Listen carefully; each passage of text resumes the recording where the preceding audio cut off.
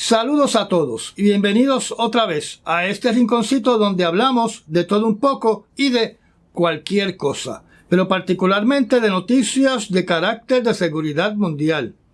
Son más o menos las 3:30 de la mañana del 29 de octubre. Como yo sé que muchos de ustedes solamente ven la mitad del análisis noticioso, voy a dar este consejo antes de comenzar. Los tiempos han cambiado. Así que este día de Halloween 31 de octubre, cómprele usted personalmente los dulces a sus hijos. Porque en el barrio, en la comunidad donde usted vive, pueden haber dulces con fentanilo. Y ahora comencemos. Estas son las noticias para las últimas 48 horas hasta la medianoche del sábado 28 de octubre. Sobre la ruptura del gasoducto conocido con el nombre de Baltic Connector entre Estonia y Finlandia. La investigación concluye hasta este momento de que la ruptura en el conducto de este gasoducto más la rotura en el cable de comunicaciones que corría paralelo a este gasoducto fue lacerado por el ancla de un barco de contenedores registrado en Hong Kong. Este barco de contenedores se llama el Oso Polar, donde aparentemente el barco arrastró el ancla a través del fondo marino hasta que el ancla impactó el gasoducto y el cable de comunicaciones. Aparentemente las autoridades de Finlandia tienen el ancla en su poder, porque de alguna manera quedó en el fondo del mar. No sé si ustedes saben que en todas las cartas marinas está marcado exactamente la posición por donde están localizadas estas tuberías que cruzan mares y océanos. También están marcados los cables de telecomunicaciones y las fibras ópticas, donde claramente en la carta marina se designan estas áreas como áreas para no anclar. En el mundo moderno de hoy, los GPS de navegación marítima tienen toda esta información y alerta al capitán del barco de la proximidad a estas zonas. Así que todavía entiendo que es un misterio el por qué este navío de contenedores tiró el ancla en esa área y por qué dejó su ancla en el lugar. En otras noticias, Arabia Saudita había anunciado en el año 2021 que todas las compañías que le dan servicio o le venden productos a Arabia Saudita tenían que transferir sus oficinas centrales regionales a la capital de Arabia Saudita. Durante esta semana, asombrando a los otros países árabes, Arabia Saudita informó que la petición está en pie y que a más tardar el 1 de enero del año 2024 se deben transferir las oficinas regionales centrales a la capital de Arabia Saudita, bajo la amenaza de que se le van a cancelar todos los contratos si no se hace lo que quiere Arabia Saudita. Esto naturalmente es un ataque directo a las esplendorosas ciudades de Dubái, Doha, capital de Qatar, y Abu Dhabi, capital de los Emiratos Árabes. Para mí esto es una declaración de guerra comercial que crea una división en la Liga Árabe.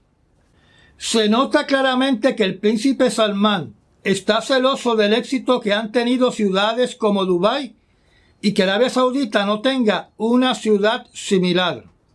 Durante el día del viernes, el ejército de Israel publicó unas fotografías satelitales y un análisis donde alega que debajo del hospital más grande de la Franja de Gaza, conocido como el Hospital Sijifa, el grupo Hamas, a través de los años, ha estado construyendo túneles por debajo de la Franja de Gaza y ha construido un centro de comando directamente debajo de ese hospital, donde también acusa a que Hamas está desviando parte del combustible que se está enviando a los hospitales para los generadores que le dan energía a sus instalaciones. Además, Israel intensificó sus ataques en la Franja de Gaza, concentrándose en todos los sistemas de comunicación, dejando prácticamente a los residentes de la Franja de Gaza sin ningún medio para comunicarse entre sí, donde también expandieron sus operaciones terrestres. Así que en estos momentos las comunicaciones dentro de la Franja de Gaza van a estar limitadas a aquellas personas dentro de la organización de Hamas que tienen teléfonos satelitales o cualquier otro tipo de comunicación satelital. El señor Elon Musk mostró interés en darle servicio de Internet a la Franja de Gaza con sus sistemas satelitales. La complicación es que el señor Elon Musk, a través de su sistema Starlink, le estaría dando también servicio de Internet a los combatientes de Hamas. En la segunda breve incursión de Israel a la Franja de Gaza, las tropas de Israel, apoyadas por aviones de combate, mientras continúa el bombardeo en la Franja de Gaza, atacaron localizaciones de lanzamiento de misiles antitanque, centros de mando y control, y combatientes de Hamas, donde reportaron que mataron a uno de sus comandantes. El sábado, Netanyahu anunció que estaba comenzando la etapa número 2 de esta guerra contra Hamas, donde podemos suponer que se trata de la operación militar terrestre, donde el ejército de Israel estará entrando a la ciudad de Gaza para enfrentarse directamente con los combatientes de Hamas y para localizar y destruir los túneles y el armamento de esa organización. Asociado a esta crisis, el sábado, en el aniversario número 100 de la República de Turquía, el controversial presidente Erdogan aprovechó la ocasión para llamar a Israel criminales de guerra. Le preguntó al occidente si quería regresar a las cruzadas. Comparó a los combatientes de Hamas con los mujahidines o los freedom fighters que lucharon contra los rusos en los años 1980 en Afganistán. En otras palabras, catalogó a Hamas como héroes, dando a entender que los israelitas son occidentales y no de la zona geográfica del Medio Oriente. Erdogan indicó que se preparaba para acusar formalmente a Israel como criminal de guerra. En su discurso, Erdogan dijo que Hamas no era un grupo terrorista y el que debería estar fuera de esa región es Israel. Recordemos que mientras Erdogan dice estas palabras, está hablando la misma persona que está bombardeando las aldeas de los kurdos y que quiere ocupar el norte de Siria, que no permite la libertad de prensa en su país, que encarcela a su oposición y a cualquiera que hable en contra de su administración, actuando como un dictador, que ha tenido deseos de conquistar el país de Armenia, que viola las sanciones negociando con Irán, cuyo hijo le compraba combustible a ISIS para revenderlo dentro de Turquía, donde caravanas de camiones tanque con combustible de ISIS entraban a Turquía por la frontera sureste del país, donde debido a este comercio entre Turquía y el grupo de terroristas ISIS, en un momento se pensó de que Erdogan era el califa de ISIS, donde a mí personalmente me preocupa la situación de que alegadamente en la base aérea de İzmirlik, en el sur oeste de Turquía, hay 48 bombas atómicas de gravedad. Cuando hablo de bombas de gravedad son aquellas que se dejan caer de un avión, como las de Hiroshima y Nagasaki, que no tienen un sistema de propulsión. Erdogan repartió banderas de Palestina entre la multitud que asistió a la actividad de la celebración de los 100 años de la República de Turquía, provocando a su vez que la multitud hiciera reclamos a favor de Hamas, en contra de Israel y en contra del Occidente, donde cuando hablamos del Occidente estamos hablando primordialmente de los Estados Unidos, donde esta actividad a su vez propulsa que se cometan actos violentos contra ciudadanos de los Estados Unidos, de forma similar a las peticiones del ayatolá de Irán.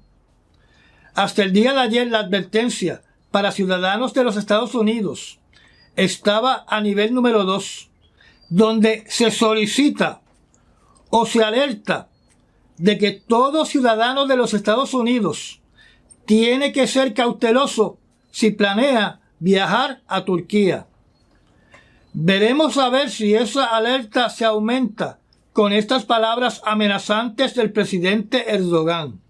Concurrentemente en los Estados Unidos, en la ciudad de Nueva York, manifestantes invadieron la estación central de trenes en una manifestación masiva, deteniendo por completo el tráfico de trenes por horas, donde hasta este momento hay como 300 personas bajo arresto.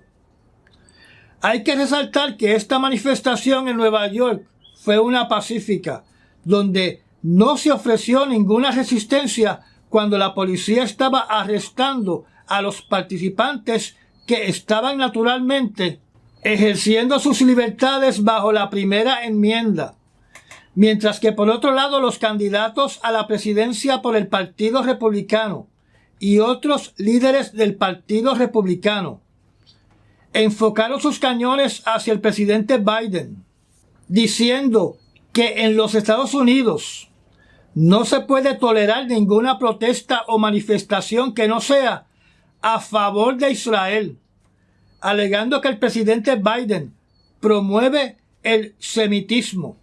Recuerden bien que estas son las mismas personas que cuando ellos hacen barbaridades recurren a la primera enmienda.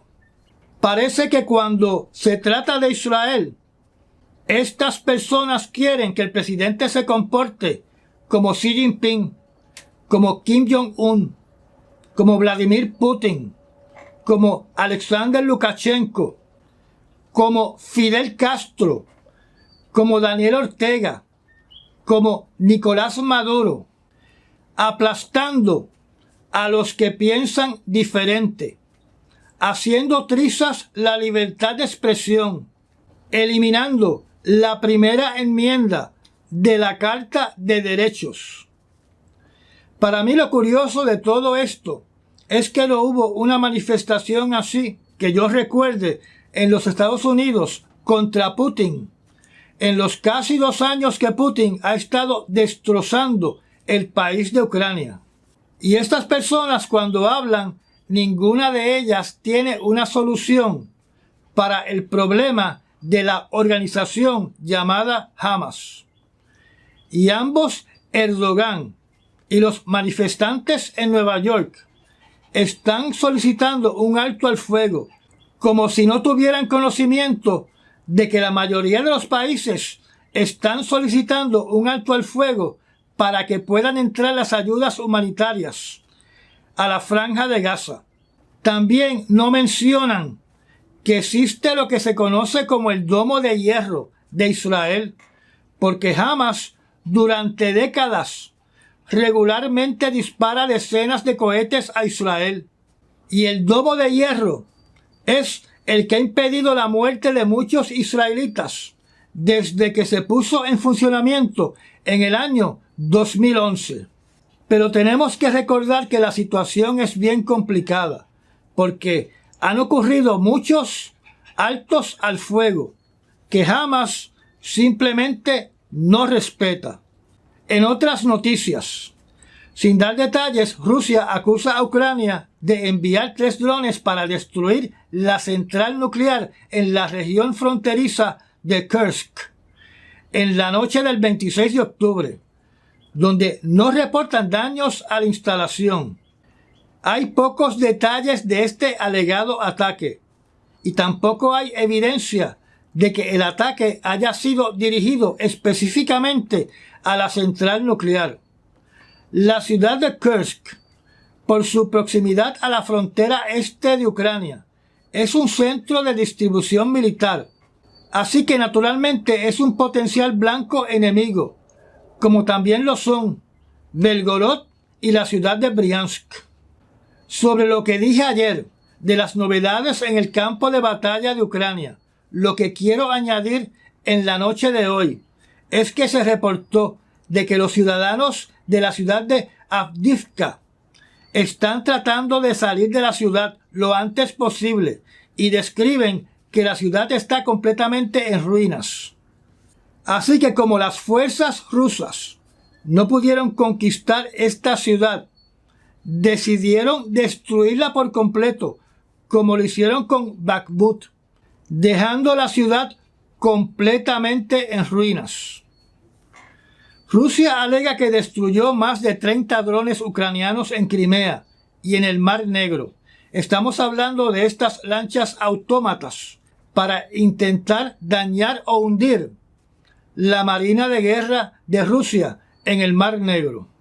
En la cumbre de la Unión Europea, hasta el día viernes, no se ha llegado a un acuerdo para el presupuesto que dura hasta el año 2027, bloqueando totalmente las ayudas a Ucrania, donde una noticia indica de que aparentemente se le va a dar preferencia a Israel, dejando a Ucrania rezagado. Además, se dice que Viktor Orbán de Hungría está obstruyendo los trabajos de la cumbre, que como ustedes saben, él es un dirigente pro-Putin, pro-Rusia.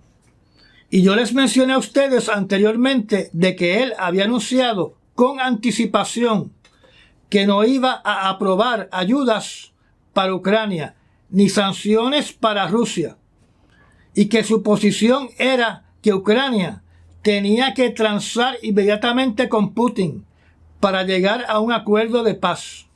El nuevo primer ministro de Eslovaquia está en una postura similar de no aprobar sanciones para Rusia y renuente a aprobar dinero para Ucrania, donde ya tomó la decisión de como país se va a limitar a solo brindar ayuda humanitaria a los ucranianos. Cero ayuda militar. Irán tuvo un ejercicio militar para demostrar su poderío o su mollero bélico, indicando de que este ejercicio es para disuadir a cualquier país que se atreva a conducir un ataque en contra de Irán. También se informó durante el día del viernes que grupos asociados a la Guardia Revolucionaria Islámica de Irán volvieron con sus ataques a bases y campamentos de Estados Unidos en Irak y en Siria. Así que en cualquier momento puede publicarse una noticia de otro ataque por parte de los Estados Unidos a localizaciones de estos hostiles.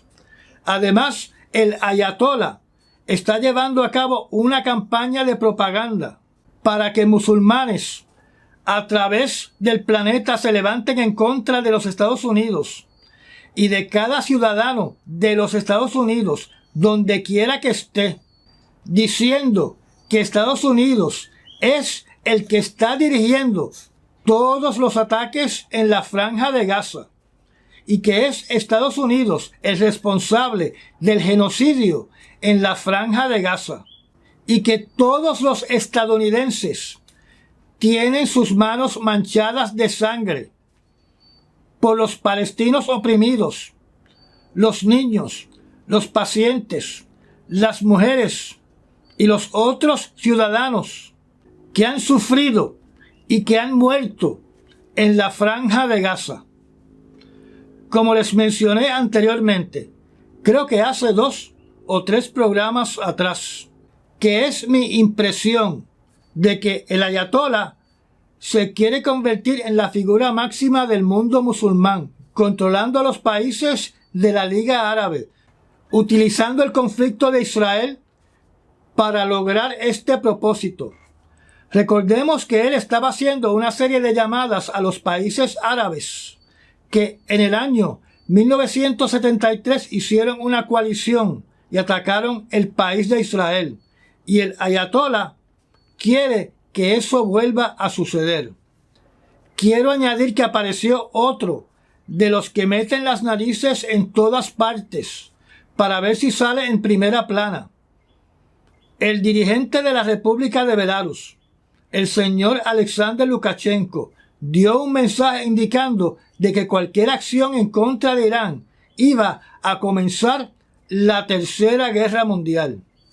Regresando a la Franja de Gaza, el Ministerio de Salud palestino, que está dirigido por Hamas, alega que más de 7,000 palestinos civiles han muerto en este conflicto que comenzó el 7 de octubre. Esta cantidad no ha podido ser verificada por organizaciones internacionales. Y como les indiqué en el día de ayer, el presidente Biden está renuente a creer los números que provienen de Hamas. Por otro lado, la prensa internacional ha podido confirmar de que del lado de Israel han muerto más de 1,400 personas, donde la mayoría de ellos son civiles que perdieron la vida el 7 de octubre. Y se tiene más o menos un consenso de que 224 personas fueron secuestradas por la organización de Hamas. Tratando de hacer una comparación con la guerra en Ucrania, que empezó el 24 de febrero del año 2022. Según una oficina en las Naciones Unidas, hay más de 28,000 civiles muertos. La cadena BBC del Reino Unido dice que 40,000 civiles han fallecido, donde recordemos que les indiqué esta semana que Ucrania estaba reclamando de que Rusia había perdido en esta guerra 480,000 soldados, mientras que por otro lado hay estimados de que más de 100,000 soldados han muerto en cada bando, o sea, 100,000 ucranianos y 100,000 rusos. Podemos ver claramente que no podemos confiar en los números que se están publicando de muertos y heridos en estas dos guerras. El gobernador DeSantis, como parte de su campaña política, acaba de decir que un migrante ilegal va a conducir un acto terrorista dentro de los Estados Unidos, sin ofrecer ninguna evidencia. Como el mundo no puede vivir sin guerras, continúa la evolución del posible conflicto armado entre Guyana y Venezuela, donde las Fuerzas Armadas de Venezuela están construyendo un aeropuerto militar próximo a la zona del Esequibo, donde naturalmente esta base militar servirá de apoyo a las intenciones de Nicolás Maduro de anexar la zona del Esequibo. Serbia vuelve a estar en las noticias de esta semana. Primero porque las negociaciones de paz entre Serbia y Kosovo quedaron interrumpidas. Segundo, porque los Estados Unidos aplaudió que Serbia haya retirado gran parte de sus soldados de la frontera con Kosovo. Y durante el sábado se informó que Serbia había movilizado una gran cantidad no especificada de soldados a su frontera con Hungría, debido a un intercambio de disparos que dejó varios muertos asociados al tráfico de migrantes y el tráfico humano a través de esa frontera.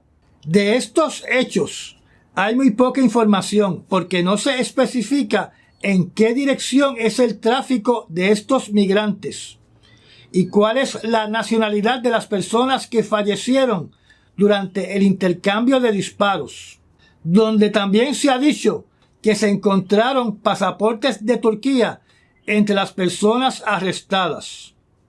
Ha terminado otra semana donde el esfuerzo para ayudar a Haití sigue siendo palabras aquí, palabras allá, palabras por todas partes, porque todavía no se ha enviado una fuerza internacional para asegurar el bienestar de los ciudadanos de Haití. Pero sí se informó que durante el día del sábado, uno de los militares colombianos que participaron en el asesinato del presidente de Haití que era el líder del grupo de 20 mercenarios, fue condenado a cadena perpetua.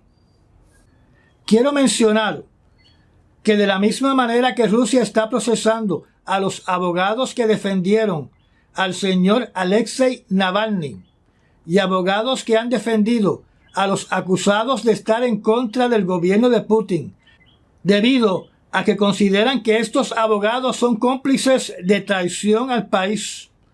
Lo mismo está sucediendo en Irán, donde los abogados que han defendido a personas que han estado en contra del gobierno de Irán están siendo arrestadas y procesadas y encarceladas. Ya se han arrestado a más de 13 abogados desde el año 2022 por representar a manifestantes en las diferentes manifestaciones que se han desarrollado en ese país. También tenemos que indicar de que la policía de la moral sigue dándole palizas a las mujeres que no usan el hijab, donde acaba de morir la jovencita llamada Armita, debido a los golpes que recibió en la estación del metro urbano por no llevar puesto su hijab. Es mi opinión personal que debido a las decenas y tal vez cientos de personas que han sido arrestadas por el ejército y por la policía moral de Irán, donde algunas de ellas fueron ejecutadas por ahorcamiento en las prisiones de ese país, no me extrañaría que la juventud de Irán aplauda un ataque al gobierno opresor que tienen. Y estas fueron las noticias escogidas para las últimas 48 horas. Recuerda recomendar este recuento y análisis noticioso y de compartir este video. Gracias a los que patrocinan este canal por los Super Thanks y por hacerse miembro de nuestra zona privada, que nos alientan para seguir con estos análisis. Me dan un like y nos vemos en el próximo análisis noticioso. Hasta mañana.